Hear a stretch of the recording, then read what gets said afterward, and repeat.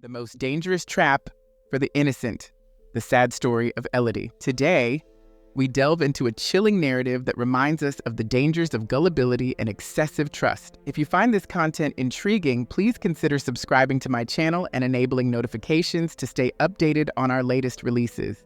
Gullibility, naivety, and an excessive trust can sometimes lead to dire consequences, even costing lives. We often harbor a desire to believe in the miraculous, holding on to the hope that childhood fantasies might somehow materialize. In such moments, caution, common sense, and self-preservation often fall by the wayside, leaving us vulnerable, a state that unscrupulous individuals exploit ruthlessly. The harrowing ordeal of Elodie Morel, a young woman from France, embodies this stark reality. Her story unfolded in 2005 and reverberated across the nation due to its sheer brutality and the chilling apathy displayed by onlookers aware of her plight who chose profit over intervention. Elodie Morel, born on February 18, 1976 in Marseille, possessed an ethereal beauty from a young age which only magnified as she matured. Her stunning visage led many to suggest a career in television or modeling. During her teenage years, Elodie became enamored with the glamour of modeling, a dream dismissed by her modest family background. Despite multiple attempts to connect with modeling agencies in the 1990s, she received no replies. Elodie eventually married her college sweetheart Sylvain at the age of 22 and had a son by 25, seemingly moving on from her modeling aspirations. By 2005, she was employed as a sales associate in a fashionable boutique in Marseille, where she often caught admiring and sometimes envious glances from patrons. At 29, Elodie maintained a youthful allure with a physique and facial features that could easily make her pass for a woman in her early 20s. Despite the outward appearance of contentment, Elodie never fully abandoned her dreams of a modeling career. This story serves as a poignant reminder that not all dreams lead to fairy tale endings, and that blind trust in promises of making them come true can lead to devastating realities. Elodie had shelved her dreams of modeling, convinced that her moment had passed, but a spark of hope flickered in April 2005. She filled out an online application, attached her best photographs, and expressed her ongoing interest in a modeling career. Her initiative quickly garnered a response, but what seemed like a golden opportunity was, in reality, a sinister trap. Within a fortnight of updating her profile, Elodie received an alluring proposal to become the new face for the prestigious English luxury car brand, Rolls-Royce. The offer was lucrative, promising $1,000 per day for a photo shoot. However, the catch was a preliminary meeting and test shoot with the photographer to seal the deal. The meeting was scheduled for May 2nd at a local bar in the quaint town of Aigues-Mortes. Overjoyed, Elodie shared the exciting news with her husband, Sylvain. Although he harbored doubts, he chose not to voice them. On the morning of the meeting, Elodie left her son with her parents, drove to Aigues-Mortes, and checked into her hotel, planning to stay for 3 days. That evening, she phoned Sylvain, her voice tinged with nerves as she headed to her appointment. He wished her luck and urged her to call him afterward. Tragically, it would be their final conversation. Arriving at the bar, Elodie settled at a table on the terrace, anticipating the arrival of the female photographer she had been corresponding with. Instead, about 10 minutes later, a man in his mid-40s approached, introducing himself as the photographer's assistant.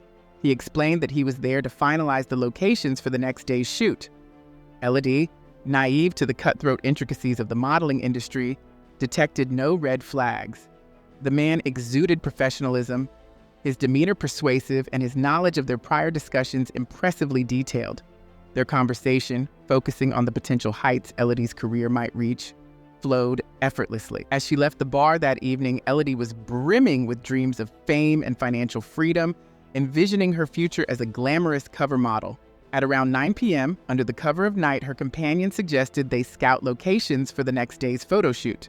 Aigues-Mortes, with its enchanting medieval architecture including towers, fortresses, and chapels, offered the ideal backdrop for stunning photographs. Elated and completely unaware of any lurking danger, Elodie followed the man into his car, marking the last time she was seen alive. The situation took a chilling turn when it was revealed that another individual, familiar with the sinister intentions of the man Elodie was with, had witnessed their departure. This person attempted to intervene, but tragically, his efforts were too late to alter Elodie's grim fate. That same night, a distressing phone call was made to the police station in Aigues-Mortes. Dominique Tarasco, a 63-year-old nightclub owner who also served as a police informant, reported a young woman was in imminent danger. Though he couldn't provide her name or exact location, his urgency conveyed the severity of the situation. Dominique explained that he had seen his acquaintance Guillaume Mengo, a man with nefarious connections and a reputation for cruelty, at the bar earlier that evening. Just the day before, Mengo had boastfully described how he planned to abduct a naive young woman he met online and sell her into a Spanish brothel for a significant sum. The police faced a daunting task. Without concrete leads or specific details, they scrambled to act on this vague yet alarming tip. By morning, a breakthrough occurred when Elodie's family reported her missing. They described her departure for a supposed photo shoot and her subsequent unexplained disappearance, with her phone going silent. Initially, the police didn't link this report with Dominique's frantic call. Initial suspicions led some to speculate that Elodie might have eloped with a new lover, but her family was adamant that she would never forsake her young son or vanish without leaving some trace. Regrettably, the search for Elodie commenced only 3 days after her disappearance, a critical delay during which she tragically remained alive, enduring unspeakable horror. During those harrowing 2 days, Elodie was confined within a decrepit house in Aigues-Mortes, subjected to torture and maltreatment as her abductors deliberated over their sinister plans. It wasn't until May 5, 2005 that the investigation took a significant turn. The chief detective, piecing together the puzzle, grew convinced that Elodie was the imperiled woman the informant had urgently mentioned. Summoned for a detailed interrogation, Dominique provided a pivotal statement at the police station. Upon being shown Elodie's photograph, he instantly recognized her as the woman he had observed at the bar with Guillaume Mengo. He recalled overhearing Mengo mention an abandoned nightclub on the town's northern edge, which had recently closed down. Acting on this lead, law enforcement officers orchestrated a covert operation near the suspected hideout. That same evening, they arrested 48-year-old Guillaume Mengo and 53-year-old Richard Ligné as they arrived at the premises. The exact involvement of Ligné remained ambiguous, necessitating further scrutiny. During a pat-down, officers discovered Elodie Morel's credit card in Mengo's possession, unequivocally linking him to her disappearance. Both suspects were detained for interrogation.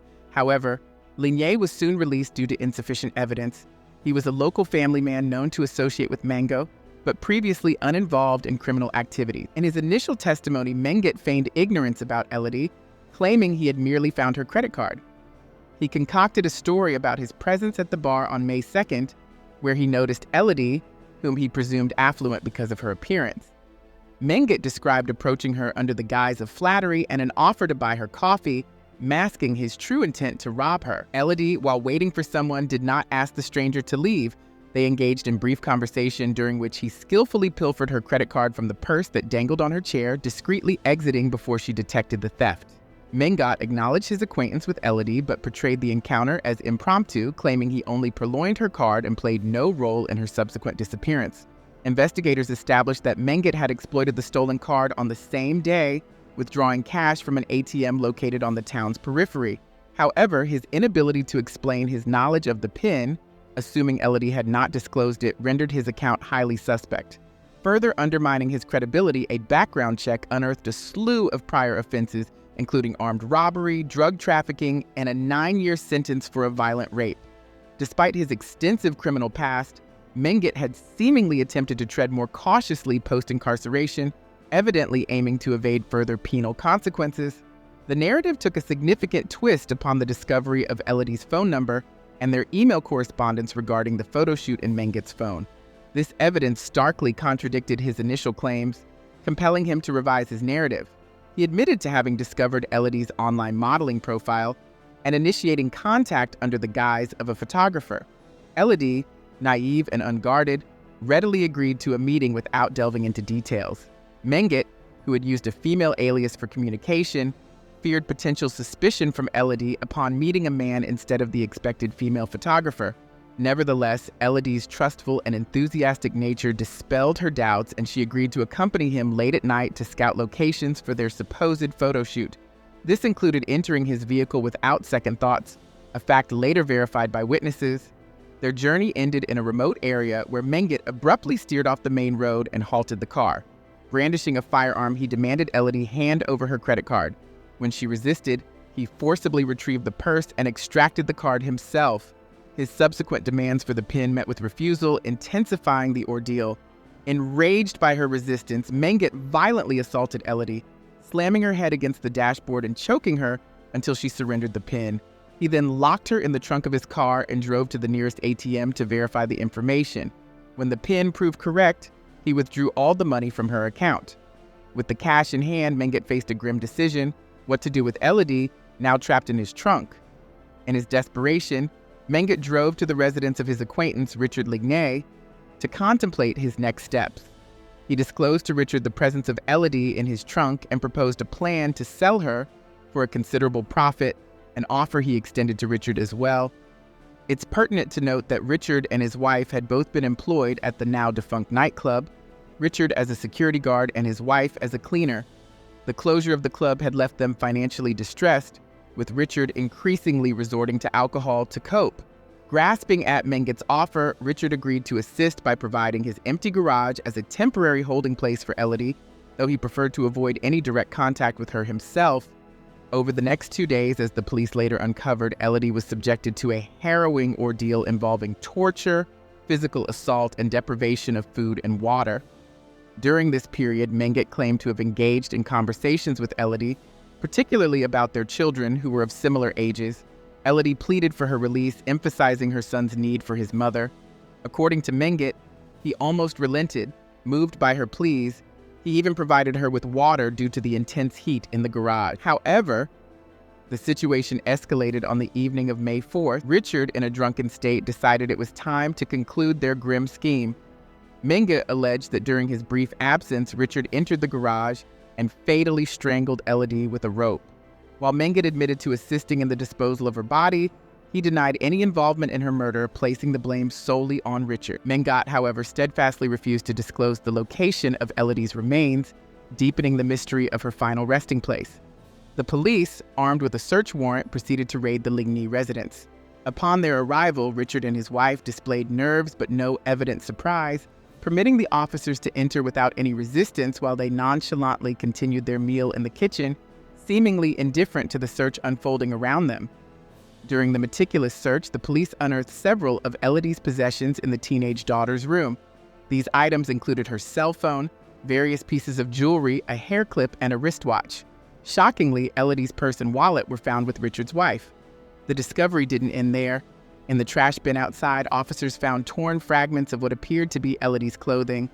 The garage, a focal point of the investigation, yielded even more unsettling evidence.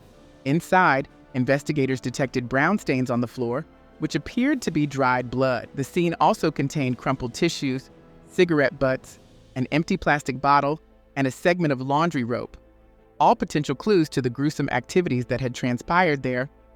Both Richard and his wife were immediately taken into custody, and their 14-year-old daughter was placed temporarily with relatives. Under interrogation, the couple claimed that Mengele had brought all the items found in their home in exchange for the use of their garage. They acknowledged awareness of Mengele holding a woman captive, but opted not to intervene, swayed by promises of financial reward. They also admitted to supplying Mengele with a bottle of water and a rope at his request. Without questioning his intentions, the forensic analysis brought the grim reality into sharper focus. Tests confirmed that the brown stains were indeed Elodie's blood. Even more condemning, semen found on the crumpled tissues matched Guillaume's DNA, and saliva from the cigarette butts was traced back to both Elodie and her captor. Contrary to Mengele's earlier claim of their smoking together, Elodie's family vehemently denied that she smoked, citing her asthma and the severe reaction she suffered from cigarette smoke. This painted a horrific picture of Mengele's cruelty. Elodie was not only held captive and assaulted, but was likely tortured and forced to endure smoking, exacerbating her distress and suffering. As the investigation deepened, Guillaume Mango faced the mounting forensic evidence and shifted his narrative once more. This time, he asserted that his interactions with Elodie in the garage were consensual, claiming they had been intimate, smoked together, and engaged in lengthy conversations. He maintained that he had decided to release her, but alleged that Richard Ligné intervened and killed her during his absence, fearing she would report them to the police. However, this revised account was riddled with inconsistencies. Firstly, there was no plausible motive for Richard to murder Elodie. He had reportedly never met her face-to-face, nor had she seen him or any member of his family. Moreover, Elodie was brought to the garage in the trunk of a car, which meant she would not have known her location or been able to lead the police there. Furthermore, Richard was described merely as a habitual drinker, lacking the propensity for physical violence, and seemed to be motivated solely by the prospect of receiving Elodie's belongings and future financial rewards from his complicity. As the story unfolded, the discovery of an empty plastic water bottle in the garage added another layer of complexity. Guillaume had previously claimed that he gave Elodie water out of pity. However, laboratory tests revealed the water contained a high dosage of potent drugs, suggesting that any consent claimed by Guillaume was likely coerced, as Elodie would have been incapacitated by the substance, rendering her unable to resist his advances or escape. Confronted with the evidence of drugging, Guillaume yet again altered his story. He now contended that he had planned to release Elodie and they had mutually agreed she would not involve the police. He described a scenario where she purportedly wanted to return to her family and forget the ordeal as if it were merely a bad dream. According to Guillaume, Elodie attempted to flee, which led to a physical altercation where he struck her, accounting for the bloodstains found in the garage. He then locked her inside to prevent her from escaping again. Guillaume rationalized the drugging by claiming it was intended to calm Elodie and deter further escape attempts. He admitted to crushing pills and dissolving them in the water he provided her, then left the garage only to return 12 hours later to find the situation drastically altered. By the time Guillaume returned to the garage, Elodie was on the verge of collapse due to dehydration. In her desperate state, she consumed the drugged water without detecting its unusual flavor and succumbed to unconsciousness within minutes. Guillaume later claimed that her death was an accidental overdose. Her weakened condition could not withstand the potent drugs, a factor he hadn't anticipated. Realizing that Elodie had ceased breathing, he transferred her body into the trunk of her car, which had been parked near the bar where their initial encounter occurred. In the hours that followed, he used the keys he had taken from Elodie to drive her car to Richard's property. Despite his claims, Guillaume persistently refused to disclose the final location of the car with Elodie's body inside. Yet, further inconsistencies in his narrative emerged. Forensic analysis of the rope found in the garage showed traces of sweat and skin cells from both Elodie and Guillaume, suggesting he had likely strangled her. Confronted with overwhelming evidence against him, Guillaume sought to mitigate his imminent sentence by cooperating with the authorities. He eventually divulged that he had abandoned the car near the old cemetery in Aiguille-Morte. The car was indeed discovered on May 7th, exactly where Guillaume had indicated, after being exposed to the intense heat for 3 days, which accelerated the decomposition of Elodie's body. The autopsy revealed undeniable signs of torture, physical abuse, and strangulation. It was determined that Elodie had been restrained, drugged, sexually assaulted, and ultimately strangled with a rope. The trial and sentencing. The trial for the trio implicated in this gruesome crime commenced in February 2008, nearly 3 years following the tragic events. Guillaume Mangot received a life sentence with eligibility for parole after 22 years, reflecting the severity of his actions. Richard Ligné and his wife, on the other hand, tried to disassociate themselves from the knowledge of Elodie's captivity. They contended they had merely provided accommodations to an old friend without inquiring into his activities. However, the presence of Elodie's belongings within their residence substantially undermined their defense. The couple was found guilty of aiding and abetting and received a 6-year prison sentence each. In 2010, seeking to alleviate his culpability, Guillaume Mangot, alongside his legal representation, appealed the conviction, attempting to redistribute some of the blame onto the Lignés. Guillaume Mangot's last-ditch effort to reduce his life sentence hinged on a new trial set to revisit the complex layers of the case. Exactly 5 years after the murder of Elodie Morel on May 4, 2010, the court reconvened to reconsider the roles each individual played in the tragic event. Throughout the trial, evidence reaffirmed that Richard Ligné and his wife were acutely aware of Elodie's desperate plight and the imminent danger she faced. Yet, they remained passive bystanders. Not only had they retained her possessions, but they also indulged their daughter with some of these items, further implicating themselves in the crime. Moreover, they had provided Guillaume with various items he requested, rope, water, among others, without once questioning his motives or the potential repercussions of their actions. In a significant turn of events, the court decided to modify Guillaume Mangot's sentence, reducing it from life imprisonment to 30 years, stipulating that he must serve at least 2/3 of this term before becoming eligible for parole consideration. For their part in the ordeal and their negligence in preventing the tragedy, Richard and his wife received increased sentences, each now facing 9 years in prison, with no opportunity for early release due to their clear complicity and inaction. Thank you for watching this deep dive into a truly chilling case. Don't forget to hit the subscribe button to stay updated with more shocking stories like this one.